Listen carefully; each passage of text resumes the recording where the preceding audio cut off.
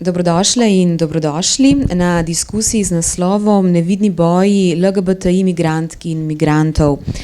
LGBTI je kratica, ki označuje lezbike, geje, biseksualne, transspolne in interseksualne osebe.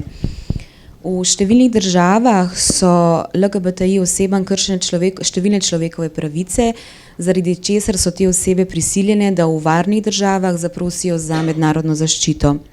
Mednarodna organizacija ILGA World poroča, da 87 držav še vedno kriminalizira ljudi na podlagi njihove spolne usmerjenosti.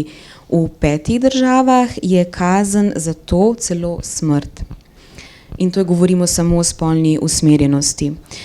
Tudi po prihodu v relativno varno državo v Evropski uniji se LGBTI prosilke in prosilci za azil za mednarodno zaščito pogosto soočajo s številnimi težavami, če jih na kratko naštejem le nekaj. Z nezadostnim upoštevanjem pravice do zasebnosti in človekovega dostojanstva, kar se kaže predvsem v ponižujočih testih dokazovanja, da se neka oseba identificira kot LGBTI. Se pravi, pogosto ni dovolj, da se samo izrečeš, kot da si pripadnik te določene družbene skupine oziroma pripadnica, ampak je to treba še dokazati, včasih na zelo ponižujoče načine. Potem se kaže tudi, se soočajo z neupoštevanjem dejstva, da se je posamezni LGBTI osebi pogosto nepredstavljivo razkriti že ob vložitvi prošnje za mednarodno zaščito. Iz svojih matičnih držav imajo namreč lahko zelo travmatične, negativne izkušnje z razkrivanjem svoje spolne usmerjenosti, spolne identitete nekim uradnim osebam. Včasih potem, ko se razkrijejo šele kasneje v postopku pridobivanja mednarodne zaščite, lahko to uradna oseba razume, kot da oseba govori neresnico. Potem se tudi soočajo s pomanjkanjem informacij o življenjskih razmerah LGBTI oseb, ki bi bile na voljo organom v varnih državah. To pomeni predvsem, da je skupnost LGBT nekak zahoden koncept in zelo težko prenosljiv v nekatere druge države in kulturna okolja. Tako da ni nujno, da v državi, matični državi, iz katere oseba izhaja, obstaja dejansko neka družbena skupina, ki bi lahko rekli gejevska skupnost ali pa lezbična skupnost, biseksualna, transspolna skupnost, in ker ta ne obstaja, lahko potem uradniki in uradnice to razumejo, kot da ne pripadajo določeni družbeni skupini in so zaradi tega preganjani. Potem pa je tukaj še ena stvar, ki se dogaja predvsem, ko je oseba že v varni državi, in sicer pomanjkanje senzibilnosti osebja in pa visoka stopnja diskriminacije, tabuiziranja in nasilja v nastanitvenih centrih. To je recimo azilni dom ali pa center za tujce v Postojni tukaj v Sloveniji. LGBTI prosilke in prosilci za azil zato pogosto potrebujejo obravnavo in podporo tako pristojnih oblasti kot nevladnih organizacij. In nekatere nevladne organizacije v Evropi takšno podporo že uspešno nudijo, druge šele razmišljamo intenzivno o tem. Tudi v Sloveniji smo že imeli nekaj primerov, pri katerih so prosilci so bili moški, bili za mednarodno zaščito, prosilci za mednarodno zaščito so bili, se pravi, geji. Ampak obstajajo pa tudi primeri iz drugih držav in skozi te primere bomo potem tudi spoznali, s kakšnimi izzivi se spopadajo te osebe v postopku pridobivanja mednarodne zaščite. Z mano je Martina Greif, univerzitetna diplomirana pravnica, od leta 2012 dalje kot svetovalka za begunke in begunce zastopa prosilke in prosilce za mednarodno zaščito v upravnih in sodnih postopkih.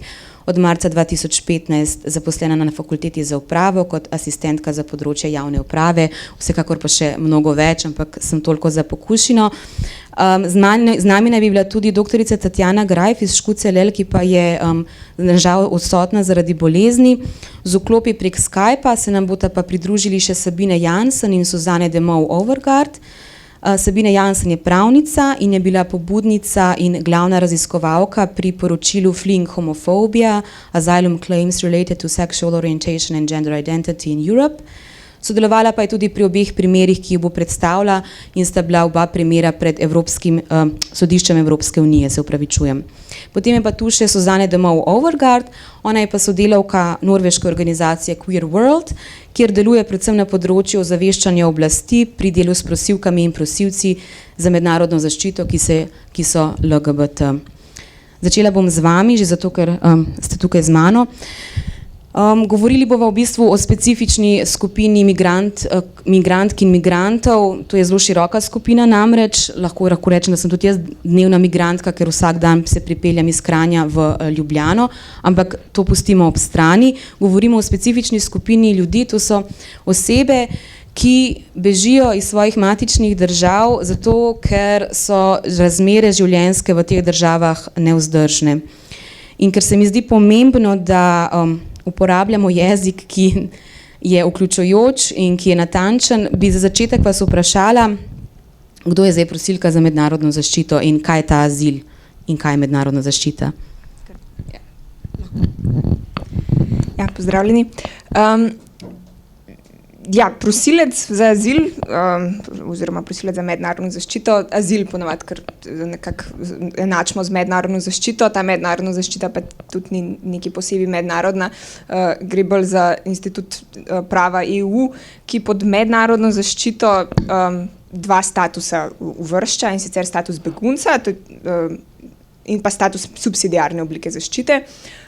Status begunca dobi tisti, ki ima utemeljen strah pred preganjanjem v izvorni državi, tujec ali pa oseba brez državljanstva, ker ga preganjajo na podlagi rase, vere, narodne pripadnosti, pripadnosti posebni družbeni skupini ali pa političnega prepričanja.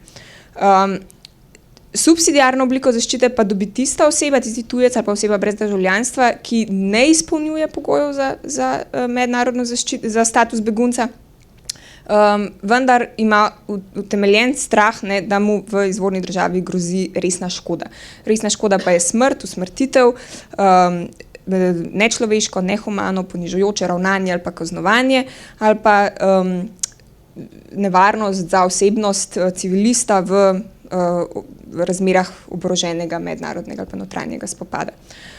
Se pravi, tukaj pri subsidiarni obliki zaščite ni potrebno izkazati tega preganjanja na podlagi rase, vere, narodne pripadnosti, pač dosti je, da ti grozi neka resna škoda. Prosilec za azil oziroma prosilec za mednarodno zaščito pa je po slovenskem zakonu tisti, ki je vložil popolno prošnjo za mednarodno zaščito. Slovenski zakon razlikuje med prosilcem za mednarodno zaščito in vlagateljem namere za mednarodno zaščito, se pravi, vlagateljem namere, kako že reče, vlagatelj namere za podajo prošnje za mednarodno zaščito, češ tisti, ki na kakršenkoli način reče, da bi rad azil neki uradni osebi, takrat kakor vlagatelj namere. To je neka slovensko razlikovanje, ki je lahko malo problematično, ampak zaenkrat je prosilec tisti, ki je formalno vložil popolno prošnjo za mednarodno zaščito. Kako pa poteka to? Se pravi, oseba pride v državo, pri uradni osebi izrazi zahtevo, željo, prošnjo, da bo zaprosila za azil. Kaj potem? Potem je prepeljan v azilni dom, kjer v roku 1, 2, 3 dni, cilj je čim krajši rok, poda formalno prošnjo za mednarodno zaščito. 1 uro pred podajo prošnje ima Pravno-informacijski center nevladnih organizacij tam izvaja informiranje prosilcev, kar pomeni, da 1 uro imamo na voljo tolmača, jaz tudi sodelujem kot pogodbena sodelavka, vsaj včasih sem malo več z Pravno-informacijskim centrom nevladnih organizacij. Ga informiramo, kar je sicer v 1 uri praktično nemogoče, ampak mu nekako razložimo, kaj je status subsidiarne oblike zaščite, kaj je status begunca, da zaradi ekonomskih razlogov kot takih se ne podeljuje status, da jim razložimo približno, kako bo šel potek postopka, da jim razložimo dublinski postopek, se pravi, ko bojo zdaj dali prošnje, bojo mogli dati prstne odtise in če bojo potem v kjerkoli drugi državi članici zaprosili, bojo vrnjeni v Slovenijo in tako, in da jim je lahko tudi odvzeta prostost oziroma omejeno gibanje, kakor temu pravi zakon. In predvsem jim moramo pa na začetku povedati, da mi nismo uradne osebe, da smo mi na njihovi strani, da smo mi njihovi zastopniki in če imajo kar jim leži na duši, lahko že takrat nam povejo. In na to sledi uradna podaja prošnje, torej uradna oseba in vedno nas pooblastijo, da jih mi zastopamo zraven na prvi stopni, se pravi pred MNZ-jem, in potem tolmačeš je še zraven nujno. Razen, če uradna oseba govori tisti jezik, kar ponavadi ni. Ampak poda se pa vedno ta zahteva v tem jeziku, ki ga oseba obvlada. Ja, mora ga govoriti, ja. Ni nujno, da je zdaj to materni jezik, ampak jezik, ki ga razume. To je ena temeljnih pravic, ki jih ima taka oseba v postopku. Vse je logično, ne, kako bi postopek potekal, če ne bi oseba, če mi ne bi prosilca razumeli, no nas ne. In tukaj je možnost tisoč in enih zapletov, nesporazumov, ki so lahko potem bistveni. Ne. Si se lagal, v bistvu ne, je pa samo prevedeno bilo narobe ali pa neposrečeno ali pa kulturne razlike, ne, mislim, tukaj so možnosti za problem neskončne, pa sploh ni treba, da pridemo na ranljive skupine, ne. In to traja kakšno uro, dve, potem in takrat že na kratko tudi pove svoje razloge, zakaj prosi za mednarodno zaščito. In potem se mu prebere celoten zapisnik, ga podpiše in takrat je potem tudi nastanjen prav uradno v azilnem domu in čez mesec, 2, 3, včasih so tudi predolga časovna obdobja, ne bi sledil drug osebni razgovor, ta je pa potem že bolj podroben, prav s to uradno osebo, ki bo odločala v njegovem primeru. In tisti osebni razgovori so pa res podrobni, trajajo tudi 4 ure, tudi cel dan, spet s prevajalcem seveda, z zastopnikom. In to je nekak tisti redni postopek, na podlagi katerega se potem na koncu odloči, ali prosilec izpolnjuje pogoje ali ne. Seveda se pa tudi zelo velikrat neke informacije iz interneta iščejo, najdejo o izvorni državi, o vseh teh okoliščinah, ki jih zatrjuje prosilec. To najde tako uradna oseba, kot zastopniki se potem lahko opredelimo, ne, eni do drugega in pač potem čakamo odločbo. Če je negativna, če je pozitivna, ne smo tako vsi najbolj veseli. Če je samo status subsidiarne oblike zaščite, ki daje nekoliko manj pravic, se tudi velikrat prosilci želijo pritožiti, vložiti tožbo v upravnem sporu in če je negativna, seveda zelo velikrat želijo se pritožiti. To je tožba v upravnem sporu na upravno sodišče in takrat imajo pravico do brezplačnega svetovalca za begunce. To smo potem mi, ki smo bili prav imenovani s strani Ministrstva za pravosodje in jih zastopamo potem pred upravnim sodiščem in posebej je tudi možnost pritožbe na Vrhovno sodišče. Tako da takšna je pot normalnega postopka. Možno je tudi pospešene postopke imeti, kjer se osebni razgovor izpusti, ampak to je potem že specifika. Dodatna komplikacija lahko tudi. Barbara, bi mogoče lahko poskusili dobiti Sabine Jansen iz Amsterdama. Hello, Sabine. Hello. Hello. Can you hear us well? Yes. Yes, you can. Wonderful. So Sabine Jansen is with us. She doesn't speak Slovenian, so we will switch to English. Thank you for joining us. Right now I have been discussing with Martina Grajf what the procedure for applicants for asylum in Slovenia is like. And Slovenia, as an EU member state, has to comply with the recast directive, which sets out rules governing standards on conditions under which refugee status is granted. And this is part of the common European asylum system. And what is also important, and this is what you will be speaking about, is that when it comes to lesbian and gay seekers of international protection, there are 2 court decisions, and this is the Court of Justice of the European Union, which are very important. And this is the case XYZ versus the Dutch Minister of Immigration and Asylum, and the case ABC versus the Dutch Secretary of State for Security and Justice. This is correct, right? Yes.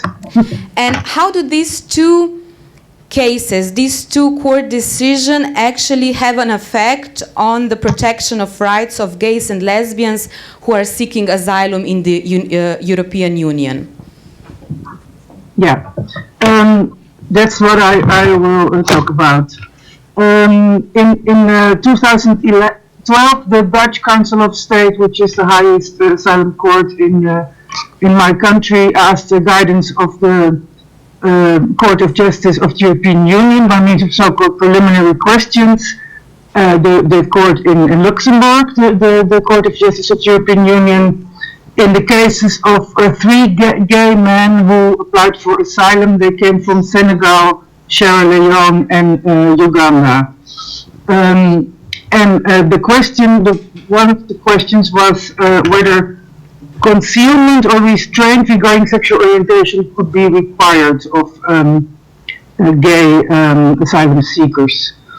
In large parts of the world, people stay in the closet, hide their sexual orientation or gender identity, and because they fear harm from others, from state authorities or family members or neighbors or gangs or etc. And then they sometimes flee their country and apply for international protection in Europe, but they were often rejected with the reasoning that they could be discreet and hide. In the 2011, in the Fleeing Homophobia research, we found that at least 17 European states sent LGBTI asylum seekers back into the closet or rejected them, saying you could go back to your country of origin if you are discreet or practice some restraint in the expression of your sexual orientation. So this was one of the questions to the court. The court answered in November 2013 in the judgment XYZ that neither concealment nor restraint could be of sexual orientation can be required, for this would be incompatible with the recognition of a characteristic so fundamental to a person's identity that the person concerned cannot be required to renounce it. And the fact that the person could avoid the risk by exercising greater restraint than a heterosexual in expressing his or her sexual orientation is not to be taken into account. This answer was not a big surprise because earlier the same court answered in a similar manner to questions from the German Supreme Court regarding concealment of religion. This was the case of two Ahmadi Muslims from Pakistan, and there they said they should not be required to abstain from religious practices to avoid persecution. And also as a result of the XYZ, it's of course not a surprise that the Dutch policy has changed, and now here we say, instead of reasoning from the idea which we previously also did, that people could hide their sexual orientation or gender identity, the new yardstick now is what will happen once the sexual identity of the applicant becomes known in the country of origin.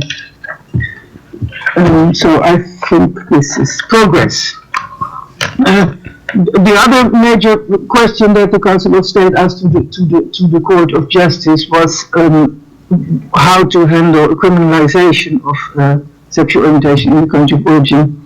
There are still 75 countries in the world where one risks being arrested or detained or even sentenced to death for consensual same-sex sexual activity.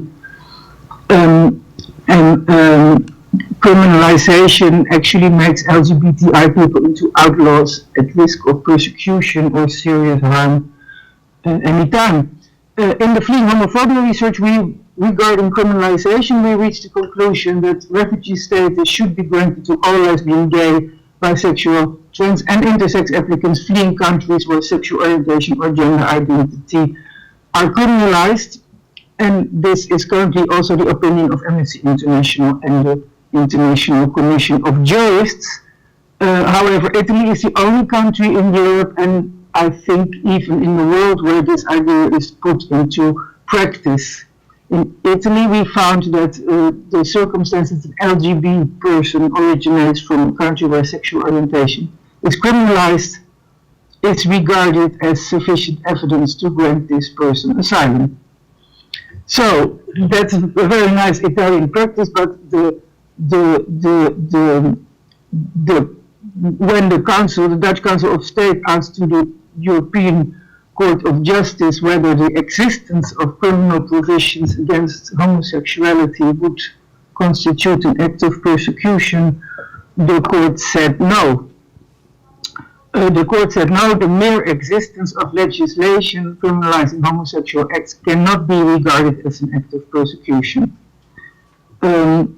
However, the court did acknowledge that a term of imprisonment which sanctions homosexual acts and which is actually applied in the country of origin must be regarded as a punishment which constitutes an act of persecution because it's discriminatory, and it's also an infringement of the right to privacy, which is protected in Article 8 of the European Convention on Human Rights and Article 7 of the Charter of the European Union. So, in my opinion, the conclusion could be drawn from this that whenever there's evidence that someone in the country of origin has been detained based on a provision against homosexuality or homosexual acts, that then all other LGBTIs who flee this country should be granted refugee status. So this is what I want to say about XYZ, and then there's ABC about the assessment of a sexual orientation. The Dutch Council of State asked what limits can be drawn by the qualification, are drawn by the Qualification Directive and by the EU Charter of Fundamental Rights regarding the way in which the credibility of a stated sexual orientation is assessed, how to assess whether a stated sexual orientation is to be believed. This is an important question because the number of lesbian, gay and bisexual asylum seekers who are rejected because their stated sexual orientation is not believed is growing. The Australian Professor Jenny Milbank described in her article with the name From Discussion to Disbelief, she described the trend that in countries where practice becomes more sensitive towards LGBTI applicants, the reasons for rejecting asylum claims shift from arguments based on discretion to not believing that the applicant is an LGBT or I person, or LGBT person, actually, I think she wrote about. And this trend occurs in Europe as well. For instance, in this country, in the Netherlands, a few years ago, I hardly saw any case in which the sexual orientation was not believed, whereas nowadays, rejections based on incredibility of sexual orientation are so common that I guess in the Netherlands it's about 50% of all rejections of LGBT cases. In addition, the question is important because European asylum authorities assess someone's sexual orientation in many different ways, some of which are not in line with fundamental rights. In several countries, we found examinations by psychologists, psychiatrists, and sexologists to assess sexual orientation, but we are of the opinion that this sexual orientation should not be treated as a medical category, and the same should apply to gender identity. And also, asylum authorities sometimes ask very detailed and explicit questions on sexual acts, like how many people did you have sex with, what did you do exactly when you had sex, and how did you feel while having sex. And then asylum seekers are often questions on gay culture in their country of origin and in the country of asylum, and if they don't give the right answers, this can lead to rejections when their answers do not match the stereotypical assumptions on how a true LGBT or I person behaves, or what they know about the gay culture. One of the conclusions of the Fleeing Homophobia research was on this issue that establishing sexual orientation or gender identity should be based on self-identification of the applicant. Given the extremely personal character of sexual orientation, it is not possible to assess someone else's sexual orientation in an objective way, which is what the EU Procedure Directive prescribes in Article 8, Annex 2A.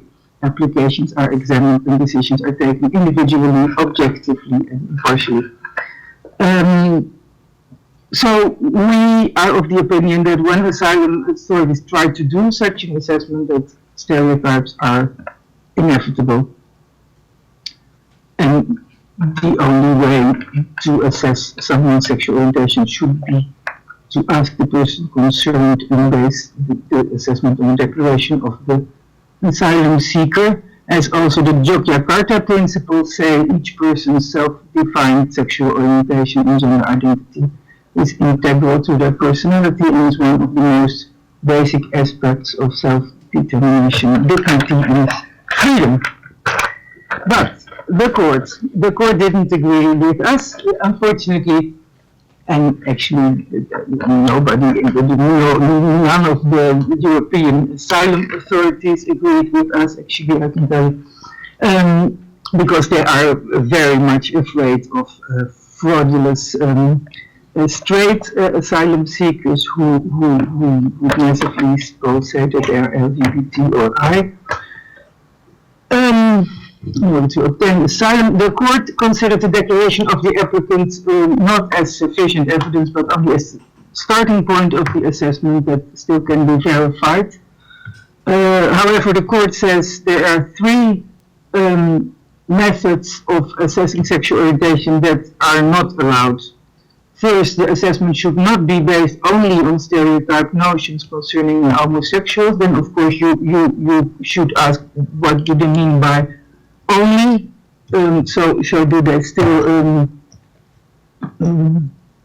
think it's okay? But we think they mean the questions could maybe be based on stereotypes, but the assessment should not. Secondly, there should be no detailed questions as to sexual practices of the applicants.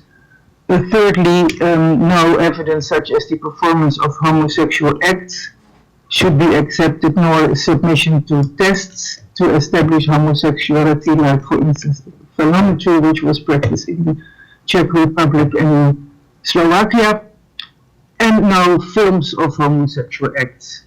Sometimes applicants film themselves while having sex. This is forbidden, so that's good.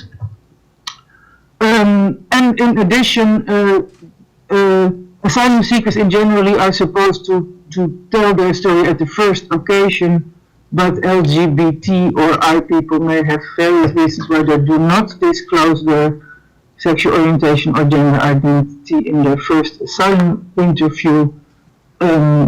And this has, and they tell about it later because of shame or fear, or because they don't know that this is a ground for asylum. And this has often led to coming out in a later procedure and rejection of their asylum claim. And now the ABC judgment ruled that it should not be considered that the statements lack credibility merely because the applicant did not tell about his or her sexual orientation on the first occasion he or she was given to do so. So that's also an improvement. So what you're basically saying, we have come a little bit way further, we have made some progressive steps, but there's still much to be done, because not all of what you have proposed to the court, not all of it was accepted also by the court. Yeah. And I also hear that both of the, and as I understand both of the cases and both of the decisions, is that they are only speaking about sexual orientation, but not explicitly gender identity. Yeah. But in practice, could these two court decisions be also applied to gender identity? Yeah, I think the XYZ, both cases are about three gay men. As until now, we found that most LGBTI asylum seekers are in fact gay men. You could speculate about the reasons, but But anyway, I think XYZ would be applicable to trans and also intersex persons. Um, um, no discussion. Um, and actually, in I know in the United Kingdom and also in the Netherlands, the policy on we have written policies on LGBT. No, not I yet, not I, but I think maybe in a few years, maybe I don't know. I would be incorporated, but the LGB and T are incorporated in written policies, and it's it's the official policy that this applies to T as well. So although the court doesn't say it, that's right. But these three people, X, Y, Z, and also ABC were gay men. So or ABC said they were gay men, and I think they were. But so yeah, I think trans and intersex people could also not be expected to hide. The criminalization is of course a little bit harder because in most countries it's trans and intersex are not explicitly criminalized. Although and also lesbians are not criminalized in many countries where only gay men are criminalized, but then I think in most of these countries they simply forgot to criminalize the lesbians, they couldn't imagine. So I think that also in the countries where only male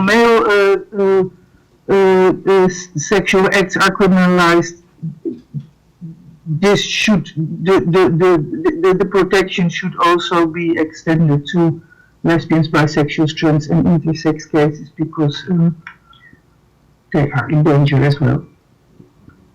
Thank you. Then ABC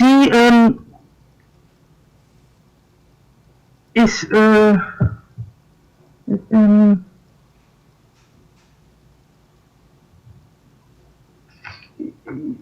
yeah, in ABC, I think the late disclosure is of course of relevance as well for the trans and intersex identity. If you disclose your trans or intersex identity later, should also be taken into account that it could be based on shame or on the same reasons that the LGBTs came out later.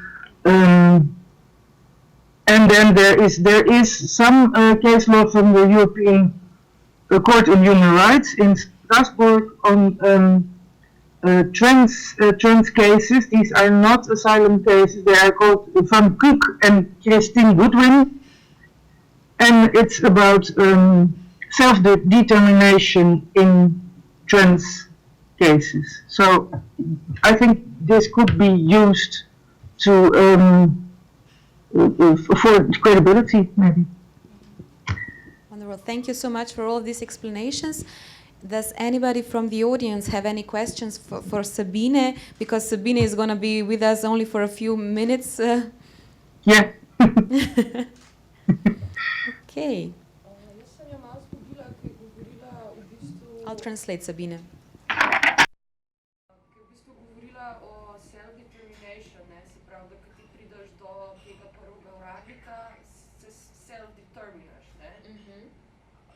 Malo zgubila, a bi lahko malo bolj to razložila glede na te metode, ki niso sprejemljive, pa jih je naštela, pa tudi to, kar ste vi govorila, da so tukaj neke ponižujoče prakse identifikacije. Kako je zdaj res to identifikacijo? Kako naj pristopi LGBTI oseba do tega uradnika in uradnik do te osebe? Na kakšni ravni naj imate zdaj pogovor? Kako naj bi potekal? So one person from the audience got kind of lost when you were explaining what type of questions and what type of tests are allowed for the official person to determine whether the person is a lesbian, gay, bisexual, or transgender person. So what methods are allowed and what methods are not allowed by this court decision. So the person from the audience got a little bit lost. So could you maybe just line them again so we know exactly? And how should the official, the person who is actually conducting the procedure, how should this person then be communicating with the asylum seeker? Yeah, it's a good question, and I can imagine that person got lost because the court actually didn't say how to do the assessment. They only said how to not do the assessment. So what they said, you should not base your assessment only on stereotypes. No films of sexual acts, no phalometry or tests, no detailed questions on sexual acts, and that's it. And then when people come out later in the first procedure or in the second or third or fourth procedure, then this late disclosure should not be the reason for the rejection, not the only reason for the rejection actually. And the self-declaration should be the starting point. That's actually what the court said. So they didn't say how to do it. So that's also, there has been criticism that now we still don't know how to do it. What I think is not so weird, because I think it's impossible. So how could they have told us? Well,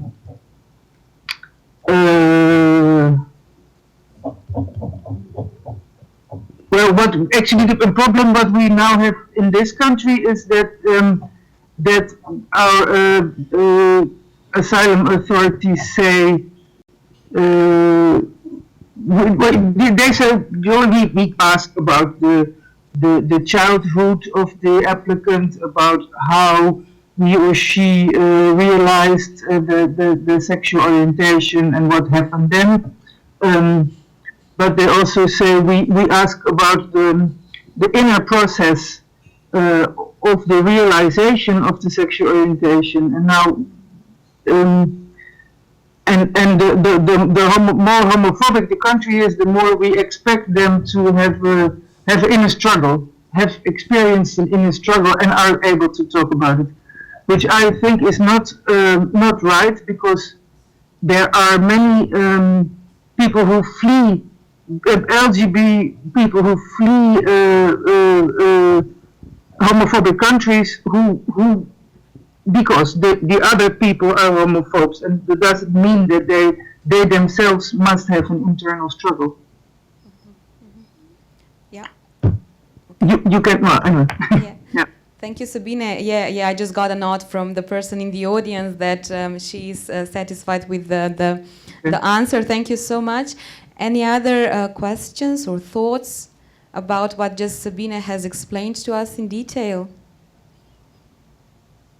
Okay, then I'll just say thank you very much, Sabine, for sharing all of this information with us. Give my regards to all of the people in Amsterdam doing the great job, and we'll keep in touch. Thank you so much. Have a great meeting, and see you in person maybe one day. Yeah, let's hope so, Sabine. Okay, Bye. Thank you. Bye. Tako, preden vzpostavimo zvezo čez dobrih 10 minut še z našo sodelavko, kolegico iz Osla, bi mogoče jaz na kratko predstavila dva primera, ki jih poznamo iz Slovenije. Se mi zdi mogoče to fin uvod v to, kar bo potem povedala Suzane iz Queer World organizacije. In sicer nevladne organizacije poznamo dva primera, ko so osebe zaprosile za mednarodno zaščito v Sloveniji na podlagi svoje spolne usmerjenosti. In če začnem z zadnjim primerom, je Ministrstvo za notranje zadeve januarja 2014 osebi na podlagi preganjanja zaradi spolne usmerjenosti podelilo mednarodno zaščito v Sloveniji oziroma status begunca. Postopek je bil relativno hiter, oseba je prišla v Slovenijo decembra 2013, januarja 2014 je bila pa ta oseba že imela status begunca. Predvsem je šlo tukaj zato, ker je bilo zelo veliko medijskih poročil o tem, da je bila ta oseba tudi zelo aktivna v zagovarjanju človekovih pravic lezbijk in gejev v svoji matični državi. Tako da so na podlagi tega potem lahko uradne osebe v Sloveniji dejansko potrdile, da je ta oseba v svoji državi preganjena zaradi spolne usmerjenosti. Je pa tam homoseksualnost kazniva, zagrožena zaporna kazen je do 1 leta skupaj z visoko denarno kaznijo. Oblasti istospolno usmerjene aktivno preganjajo, mučijo ter grozijo, da bodo kazni še zaostrili. Se pravi, tukaj je ravno bilo to, kar je govorila prej Sabine, da ni dovolj samo, da obstajajo zakoni, ki kriminalizirajo homoseksualne spolne odnose, ampak se morajo te zakoni dejansko izvajati. Se pravi, obstajati mora vsaj ena oseba, ki je bila na podlagi tega zakona v državi kazensko preganjana. V tem primeru je bila to tudi dejansko oseba, ki je v Sloveniji potem dobila mednarodno zaščito oziroma status begunca. Tukaj se mi zdi, da je bila pomembna tudi to, da je bila oseba relativno opolnomočena. Zakaj govorim zakaj govorim te stvari, ker je pomembno vedeti tudi take specifike. In je takoj ob prvem zaslišanju, o katerem je že prej govorila tudi Martina, zaprosila, da je prisotna zraven še pri zaslišanju oseba iz ene od LGBT organizacij. Tako da je v bistvu lahko takoj ta oseba poleg odvetnika še potrjevala, da se dejansko te stvari, ki jih oseba opisuje, ta prosilec za azil opisuje, dejansko dogajajo v tej matični državi. Drug primer je pa primer 2 oseb, ki jih bom tudi imenovala, zato ker ste se zaradi vseh teh nevzdržnih razmer pri postopku in pa pri bivanju v azilnem domu ste se tudi javno izpostavila. In sicer sta to Kadri Šala in Demir Kruezi iz Kosova.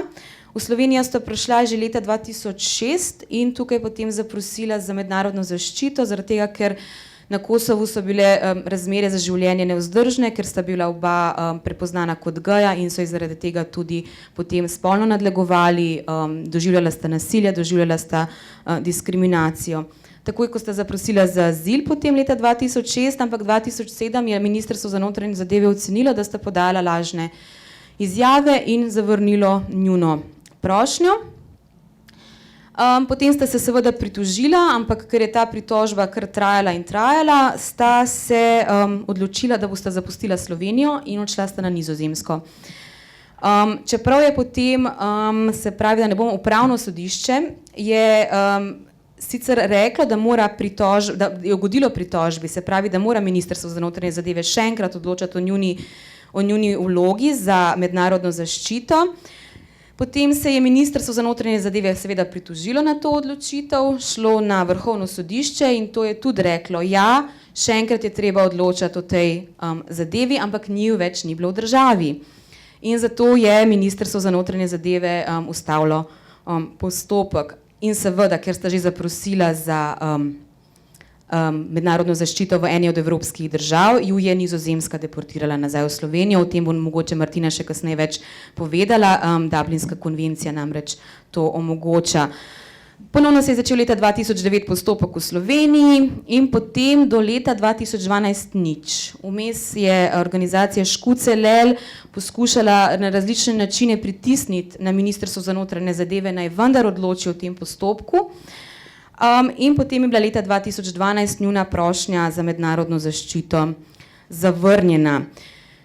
Po raznih različnih spet ponovnih pritožbah in podobno se je izkazalo, da je eden od njih dobil zaščito, Kadri Šala, drugi, Demir Kruezi pa pač ne, čeprav sta bila njuna primera zelo primerljiva.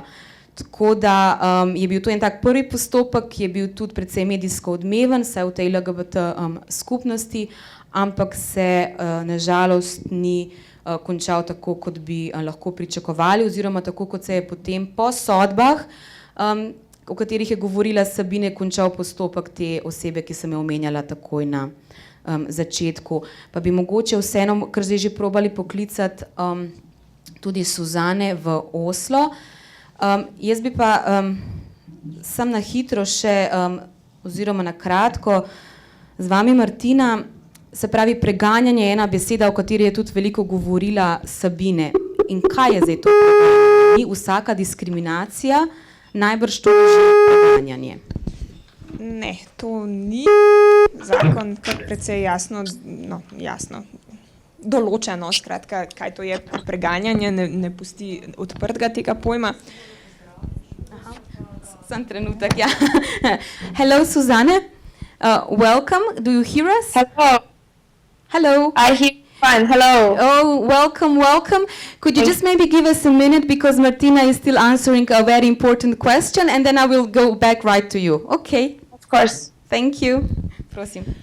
Zakon pravi, da so to dejanja prvič kakšne narave morajo biti, da morajo biti dovolj resne narave oziroma dovolj ponavljajoča, da predstavljajo hudo kršitev človekovih temeljnih pravic, še posebej tiste, ki jih ni mogoče razveljaviti po Evropski konvenciji o človekovih pravicah, naprimer prepoved mučenja. Ali pa da predstavlja zbir, akumulacijo različnih ukrepov, vključno s kršitvami človekovih pravic, ki so pa dovolj resne narave in se dovolj ponavljajo, da predstavljajo hudo kršitev človekovih pravic. Sama dejanja pa so to od dejanj fizičnega in psihičnega nasilja, vključno z dejanji spolnega nasilja, pravni, upravni, policijski, sodni ukrepi, ki so diskriminatorni ali pa izvedeni na diskriminatoren način. Pregon ali pa kazen, ki je nesorazmerna ali pa diskriminatorna, nedostopnost sodnega varstva, ki ima za posledico nedostopno ali pa diskriminatorno kazen. Pregon ali kazen zaradi zavrnitve služenja vojaškega roka. Če bi v služenju vojaškega roka vključevalo kazniva dejanja proti človečnosti, recimo, ali pa vojne zločine ali pa kaj podobnega, in pa dejanja, ki so povezana s spolom ali pa usmerjena na otroke. Precej široki pojmi in tukaj, ne vem, koliko se v praksi kaj tukaj pojavljajo problemi. Ponavadi se marsikje drugje. Dejanja so ponavadi kar dosti resne narave, da jih lahko zlahka uvrstimo pod te definicije. Okay, najlepša hvala, Martina, za enkrat. I will again switch to English and just say hello to Susanne once more. We've been discussing here the difficulties that primarily gays and lesbians face when they are seeking asylum in a European country. And you are working with a queer world and you have lots of experiences and you also hear a lot of stories. And maybe for starters, could you just say what are the challenges that LGBT persons face when they are seeking asylum in Norway? Well, you can hear me? Yeah. Yes, you hear me fine. Good. I think one of the major changes that we've seen, especially since 2012 until today, is the challenge of managing to prove or to make the authorities or immigration believe that you are an LGBT person. Prior to 2012, we saw that it was standard to write, okay, so we believe that you're an LGBT person, but you have to adapt to your social cultural context of your country of origin. Whereas a Supreme Court ruling in 2012 changed the discourse, saying that it was not sufficient anymore to in principle, tell people to hide their sexual orientation or gender identity in order to be safe. Whereas now there's been a shift where they're saying, okay, so how, or prove to us, or try to convince us in some sorts that you're an LGBT person. So I think that's the biggest challenge that we are facing today. And do you maybe have any concrete cases where a person was, I don't know, the person was told, tested to prove their sexual orientation or gender identity? Yeah, well, there's no testing going on in Norway. There's an interview, a lengthy interview.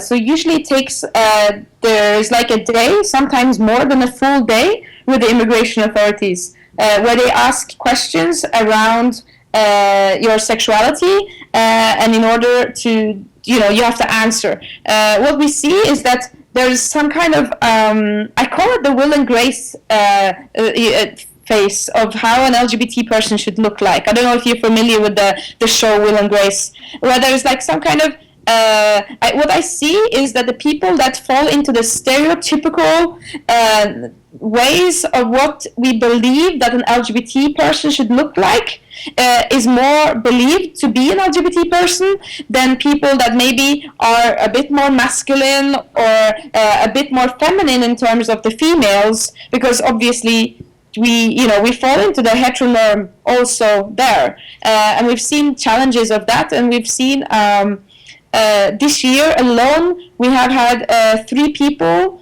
gay men that we've had contact with and worked with, that have been returned to Uganda. And we all know the status of Uganda as a country of origin. And what was the trouble in Norway for Uganda was that there was many people that came from Uganda. More than 50% of the cases that have come to Norway in 2014, 2015 have been from Uganda, people of Ugandan origin. But then we forget to put it into context. Because if you put it into context, it's not so weird that people would choose Norway as a destination, because Norwegian authorities, foreign aid, they are very supportive of the LGBT community in Uganda. So of course, if you have the choice to go, and somebody is telling you that you can go to Germany, you can go to Norway, and you see the rainbow flag and the Norwegian flag outside all the buildings that you associate with something positive, you're going to want to go to Norway, of course. And when it comes to translation, So I think. yeah, please. No, you go. I just can't see the picture, so. Oh. It's okay. Yeah, I wanted to, because we discussed this when we had our first Skype meeting. Yes. When it comes to translations, being gay, lesbian, bisexual, transgender, intersectional, these are very westernized concepts. And when a person comes from another country and the culture is a bit different than the Western one, although we know globalization does work, unfortunately, how do you even say that you are a gay or a lesbian if you don't know the word? Exactly. There's no good answer to that, because what we see is that we have a very Western way, and obviously there's Norwegian people with the Norwegian context, the Norwegian knowledge that have these interviews with people. And then if you're Susanne? Person that have never been, I think I would also like to add the element of education. Yes? Can you hear me? Yes, now we can hear you, but could you maybe please start a little bit over, because we lost you for a few seconds. Okay. I would like to add the element of class, because what we see also is that people that are maybe more educated, in terms of putting that as a class perspective, but just in lack of something better. What we see that people that are educated or maybe have had the opportunity to access internet or to access reading material or to be in university or educational settings, they are more likely also to have some of the terms. But the terms are not necessarily the same as we have in the West, and the terms might also be associated with swear words or negative words, because they don't have any words that are positively associated in terms of expressing that you have a different sexual orientation or gender identity. So words, and that shapes, of course, the interview context. When you have a translator or interpreter that is using swear words to describe what is only a part of your identity. So these questions and these concerns are not a part of the debate. This is not something that we talk about. So the power of words and also the knowledge, and some people are more privileged and able to access or to be a part of an LGBT community. Not all refugees or asylum seekers that come have ever been associated with organizations. And when it comes to transgender persons who are applying for an asylum in Norway, do they maybe also face specific challenges, because it's not their sexual orientation, it's gender identity? We don't have many cases of trans The most cases I've been working recently with Syrian refugees come as quota refugees from UN, but they haven't been open about being trans. So then again, you have people there that have for years been in refugee camps, hiding their gender identity and trying to pass as men in this case that I've been working with now, and then coming to Norway and then revealing this part of their identity. In terms of those that have maybe done part surgery or have started hormone treatment, in Norway, I'm sorry to say, as of today, we don't give help or social or health care for people, whether they come as refugees or as asylum seekers, in terms of hormone treatment or access to medical care as trans.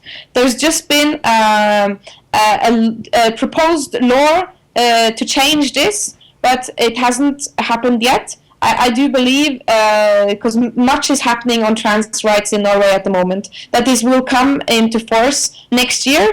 But the people that are here now are not experiencing being able to access health care. So they are. We are dependent on medical physicians doctors that will write out medical medication or have meetings with people illegally, or they buy it on the black market, or they will self-medicate, which is dangerous and not to be recommended, or they will end up as sex workers in order to pay for their hormone treatment. So you've mentioned all of these challenges, and Queer World does a lot to alleviate these challenges, to help and to support LGBT asylum seekers. You work with lawyers, you work with officials that are involved in the asylum seeking process. Could you maybe just give us a little bit more information what exactly you're doing at Queer World? Yeah, for sure. Well, we see ourselves as a part of a movement that is working also with immigration issues. So we have a close relationship with an organization that works on immigration issues that provide free legal aid. So all the cases basically that need, they get really good legal aid from this organization. For our organization, we are very much concerned of the social aspect, and we will become like a first port of call for many people. The police and the immigration authorities, everybody that comes to Norway and says they are seeking protection on an LGBT ground will automatically be given the contact information to our organization.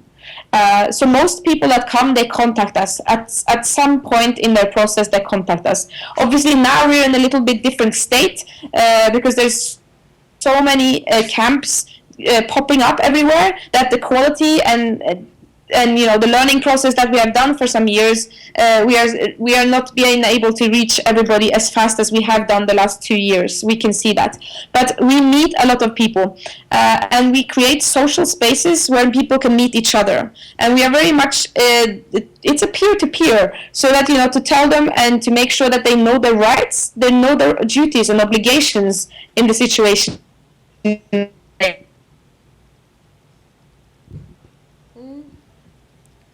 Susanne, we make sure that the asylum camps where people live are aware that they have LGBT people, to make sure they get sufficient health care. Can you hear me now? Yeah, we can hear you now, thank you. Yeah, it's okay. So we make sure that where they are living, they have all their rights fulfilled there. In Norway now, it's illegal, for instance, for trans people to live. They can choose where they want to live, whether they want to live with the men or to live with the women. This started last year, so we've been fighting for that discrimination law also, so to make sure that trans people, which before 2014 had to live with the gender that says in your ID papers, they were faced with terrible situation in the camps. So these small things in terms of making sure that the lawyers have an basic LGBT knowledge so that they can help the case and work as good as they can, at the same time to work with the person whether they want to join groups to talk to people because they've been traumatized, to learn the Norwegian system, to be entered into the LGBT community in Norway, and to be a part of social meetings. This weekend we have a social gathering for newcomers. This is the second one that we have now since September. Norway is huge, so geographically it's a horrible field to work on because people are all over Norway. But this weekend we will gather 26 people that have come to Norway now the last year for a gathering for the weekend. It's all about empowerment, it's all about teaching people about safe sex and all the aspects of the Norwegian law system, and then to have one-to-one conversations. Yeah. Wonderful. Thank you so much for this. Thank you. Are there any questions or thoughts from the audience? Okay, I have another question for you, Susanne. Yes. You work with LGBT people with minority background, and you mentioned this a little bit also earlier when you talked about class. So you have people with migrant background, and you are also then addressing discrimination and violence, not only based on sexual orientation, gender identity, and gender expression, but based on race, ethnicity, religion, income, as you've already mentioned. And I was just wondering, does this present any additional challenges to your work? Or is this actually the only sustainable long-term way to work with people? So being aware of this intersectionality of each and every one of us. I think you're asking the question and answering at the same time, because we are very complex beings, you know. My colleagues and the people I meet, they are faced with racial hate in the LGBT community, but also in then LGBT crime in the immigrant communities. So it's impossible for us to fulfill the mission of our organization to work towards improving the lives of LGBT people with an immigrant background if we don't work with the whole person. So all the people that we meet, we make sure that we find out, you know, what can we be, how can we be supportive, and to kind of push people in the correct direction, but at the same time combat typical immigrant challenges such as a low faith in the police, or a low, not many people report hate crime to the police. So these things are natural for us to work for, but also, you know, I think the added factor that you might also have to be open, and being the immigrant and then being the open if you have to report things, for instance, that makes it more difficult and more or less likely that people will report, or people with have greater concerns of being outed as an LGBT immigrant than you have as a part of the majority society in Norway, for sure. Thank you so much for stressing that. I think it's important for us to hear it all over again. Any questions now from the audience? Or yes? Ja, mene zanima, kaj je rekla, da ste v bistvu ta long interview, ne, dolgi pogovor. Zanima me, kdo izvaja ta pogovor, koliko ljudi, pa katere poklice imajo te ljudje. Okay. So Susanne, you were mentioning that when the person is applying for an asylum, they have this long interview that lasts for a day, even longer, and the person from the audience is wondering how many people are present at this interview, what is their occupation, so who are the people who are present? That's the Norwegian immigration authorities that have the interview, and they have so that will be the one main person from the Norwegian state, and there will be an interpreter in the room also, and then the person. So normally the person does not have a lawyer or anything at this stage. That usually in Norway comes later, in the term that they are not accepted the first time and they need to appeal. So our job in this is often to stress to the people that we meet the rights that you have, and in terms of choosing your interpreter and things like this, to make sure that you have a little bit of control of what is happening in your own, because this is so important, the first meeting. Mm-hmm, of course. Yeah. Anything else? Mene izobrazba tega uradnika iz Norwegian Immigration Authority, ne, sej, ne vem, dobro, ja. Okay, so the now commenting, and they are saying that they are worried about the education of the person from the immigration authority in Norway. Do they really are, sensitive enough towards these challenges that LGBT people are facing? And that's a concern that we have sometimes too.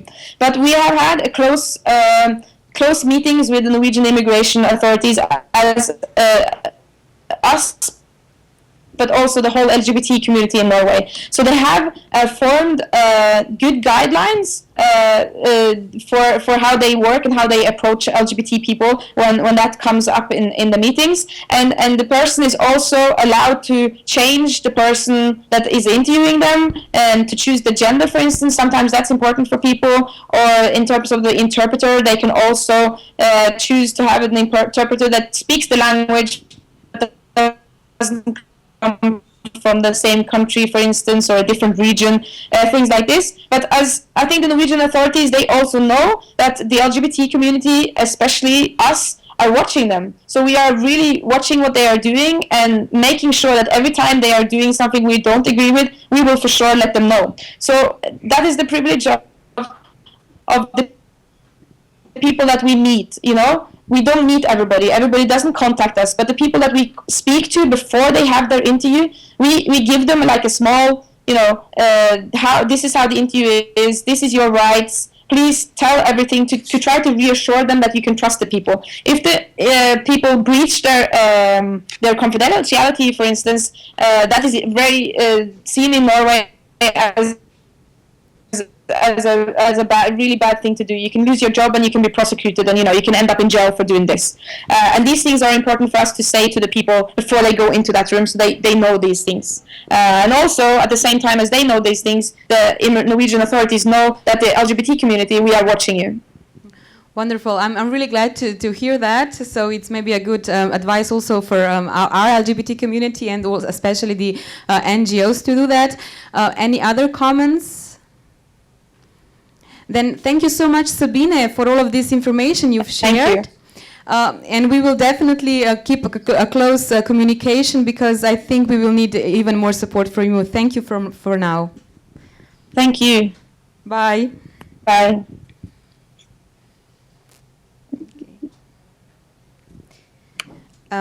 Zdaj smo slišali v bistvu zelo veliko, kaj se dogaja na Norveškem, s čim se soočajo osebe, ki so LGBT in zaprosijo za azil. Kot smo že prej govorili, v Sloveniji ni ravno veliko primerov, ampak vseeno se, če razširiva te ranljive skupine, kako se uradnice in uradniki v teh postopkih nekako obnašajo, vedejo do ranljivih skupin znotraj te populacije, znotraj prosilk in prosilcev za azil? Imate kakšne izkušnje? Zakon pravi, da ena od ranljivih skupin so mladoletniki brez spremstva, se pravi mladoletniki, ki pridejo brez staršev ali kakšnih drugih skrbnikov. In za njih zakon prav specifično pravi, da mora biti uradna oseba, ki vodi postopek, dodatno usposobljena za obravnavo mladoletnika. Tako da, to je pa, kar jaz vem, tudi edina taka določba za ravnanje z ranljivimi skupinami, v smislu, da bi mogle biti osebe dodatno usposobljene. Zagotovo imajo kakšne izobraževanja, to si ne predstavljam, da jih ne bi imeli, kako delati z ranljivimi skupinami, kako pristopiti k ranljivim skupinam. Tudi zakon sploh ne našteva taksativno, kdo so ranljive skupine, ampak zlasti primeroma. Pravi, ranljivim osebam s posebnimi potrebami, zlasti potem mladoletniki brez spremstva, invalidne osebe, starejše nosečnice, žrtve trgovine z ljudmi, žrtve posilstev, mučenj, drugih težjih oblik psihičnega in fizičnega in spolnega nasilja. In zakon pravi, da se njim zagotavlja posebna skrb, posebna nega, da je treba posamezne potrebe upoštevati in da tudi pri nastanitvi ranljivih oseb s posebnimi potrebami, da se upošteva njihov specifični položaj in da se prilagodijo materialni pogoji sprejema, zdravstveno in psihološko svetovanje ter nega. Tako da ranljivim osebam tudi seveda LGBTI bi mogli biti neka posebna nega, neko posebno varstvo, če ga potrebujejo nudeno. Sem razmišljala, tudi v Sloveniji imamo ločene, oddelek za samske moške, oddelek za družine, oddelek za ženske, oddelek za mladoletnike brez spremstva. Tukaj si predstavljam, da bi že lahko bile težave pri transspolnih osebah, recimo. In tukaj si ne predstavljam, ne vem, kako bi k temu pristopilo vodstvo azilnega doma.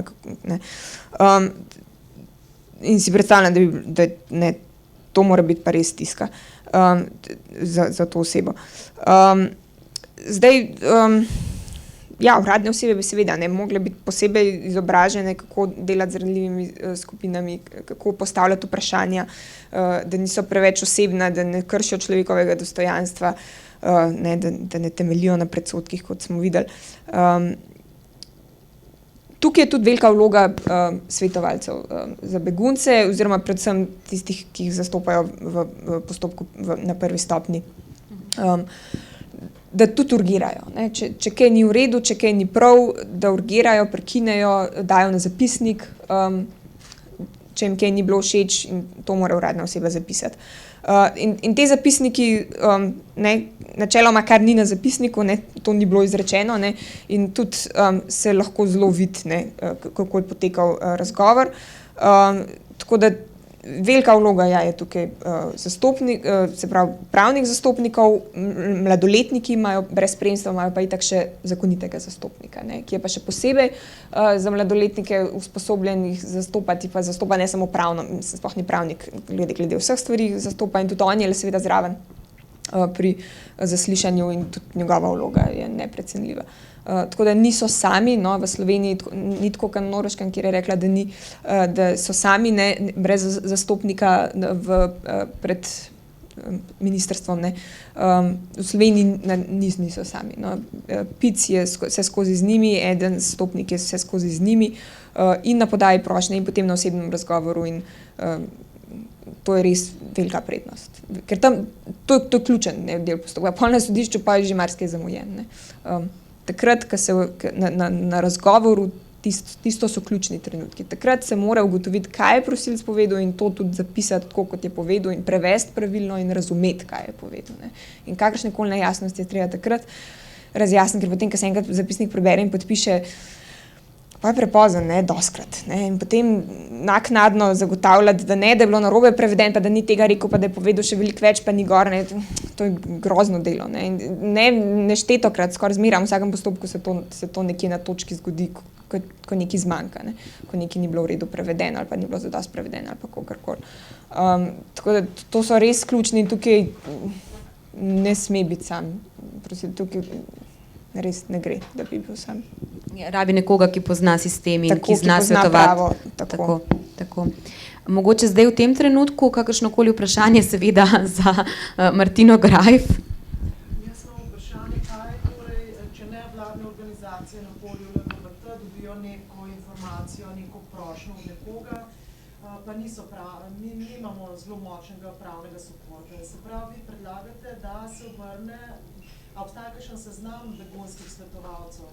Se pravi, da se ga kar pošle na vas, kako, ali je to neka institucionalna prostor, kamor gre ta človek lahko, ali pa mi z njima, kaj takega? Ja, na prvi stopnji, se pravi, ko je v azilnem domu oseba, ko da prošnjo in potem, ko je razgovor, Pravno-informacijski center nevladnih organizacij ima pisarno v azilnem domu in tam je skozi ena oseba prisotna od 9 do 3. In Pravno-informacijski center je tisti, ki zastopa prosilce za azil v upravnem postopku. Mi, svetovalci za begunce, v bistvu stopimo šele potem, ko je treba sprožiti upravni spor. Šele takrat je nekako mišljena podpora svetovalcev za begunce, šele takrat mi dobimo plačan konc koncev.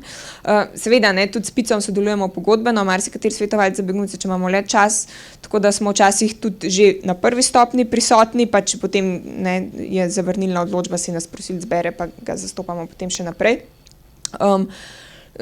Je pa tudi javno objavljen imenik svetovalcev za begunce. Niso vsi aktivni, tako da je fajn prej preveriti, kdo je aktiven, kdo ni. In seveda v vsakem primeru pomagamo, če se le da. In PIC in svetovalci za begunce pomagamo, seveda. Ne. Kolikor le lahko. Grozen je, ker vsi imamo več ali manj službe, ne, svetovalci za begunce, in nam je to neka popoldanska in med vikendi aktivnost in včasih tudi ne moreš. Ne, tako da bi se želel, ne, temu bolj posvetiti, pa se včasih ne moreš. Ne. Se pravi, to ni neka pravica sistemska institucija, ki je nudena beguncem. To vi počnete iz vaše dobre volje, ali kako? Na prvi stopnji, sprav pred ministrstvom za ni obvezno. Pravo EU ne obvezuje držav članic, da pravno pomoč nudijo prosilcem za azil. Tako da na prvi stopnji, če ne bi bilo PIC-a in sredstev, s katerih je financiran BPP, si ne predstavljam, da bi lahko dobili prosilci za azil, tako kot vsi ostali državljani, brezplačno pravno pomoč, pogoj vzajemnosti je, če ne drugega. Tako da to je neka boniteta, no, ki jo daje Slovenija in je odlična. Potem, če pa z odločbo prosilec ni zadovoljen, pa ima in tudi po pravu EU mora imeti pravico do brezplačne pravne pomoči in v Sloveniji je ta tako zagotovljena, da jo dajemo svetovalce za begunce, ki smo imenovani strani Ministrstva za pravosodje. In potem smo tudi plačani pa strani Ministrstva za notranje zadeve, kar je sicer problem, ker tožimo, ne, mi Ministrstvo za notranje zadeve, oni nas pa pol plačujejo, ampak to je že drug problem. Tako da in smo plačani za, se pravi, upravni spor pred upravnim sodiščem in potem za pritožbo pred vrhovnim sodiščem. Pol, ko greš včasih računati, koliko delaš na uro, bi več delal, ne, če bi študentsko kelnaru, ampak se ne delamo tega zaradi denarja. Tudi do ustavnega sodišča gremo, ne, pa nismo plačani, zato pa gremo do ustavnega sodišča, če treba, tako da pa tisoč eno drugo stvar še delamo. Ne. Tako da, kar se brezplačne pravne pomoči tiče, no, mislim, da je še kar v redu v Sloveniji poskrbljen. So seveda vrzeli, lahko bi se marsikaj boljše naredili, ampak boljše kot na Norveškem, no, kjer vidim, da na prvi stopnji sploh nimajo pravnih pomočnikov. Ključen moment je vaša dobra volja, ne?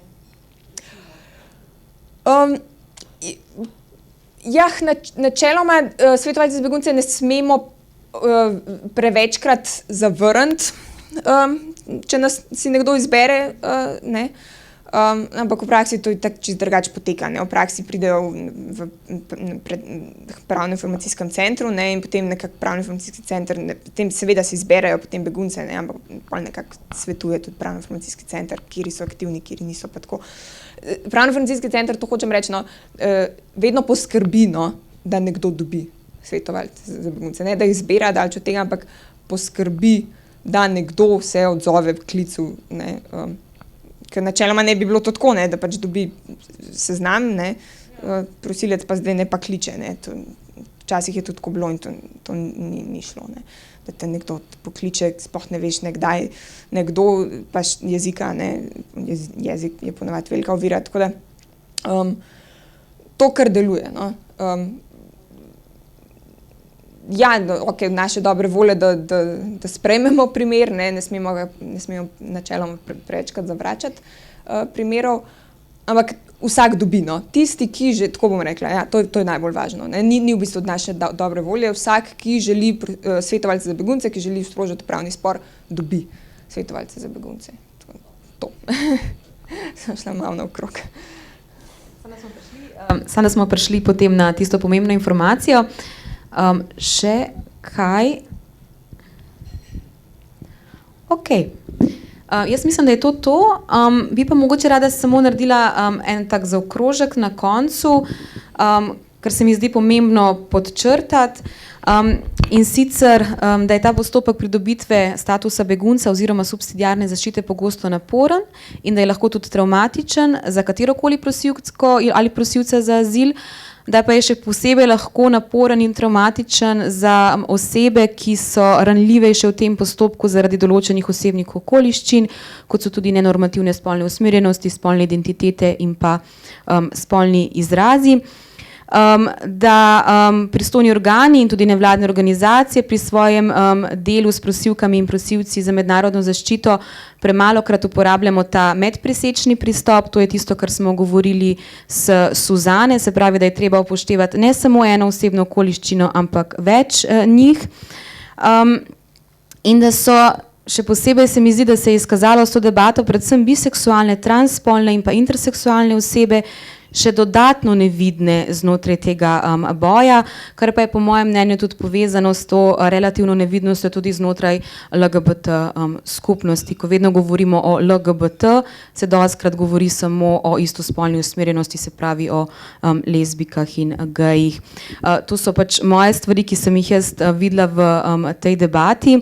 Bi se vam pa zahvalila za pozornost, za vprašanja, Barbari za tehnično pomoč, Martini pa za razjasnitev vseh teh pravnih stvari, ki so povezani s prošnjo za mednarodno zaščito. Prosim. Sem vedela, da bomo tako hitro zaključili. Jaz vam samo Prosim. ta postopek, a ne, se pravi, da LGBTI oseba mora povedati zdaj uradniku o sebi. In kakšna je vloga recimo psihološke stroke tukaj? A bi bilo neetično, če bi bil zraven psiholog, da bi recimo opravil nek pogovor pa preveril, a zdaj ta oseba zavaja ali manipulira ali govori resnico? Se to v bistvu psihologi, posebej sodni psihologi, to znajo, ne, so usposobljeni za to, pa ne vem, kako vi gledate na to.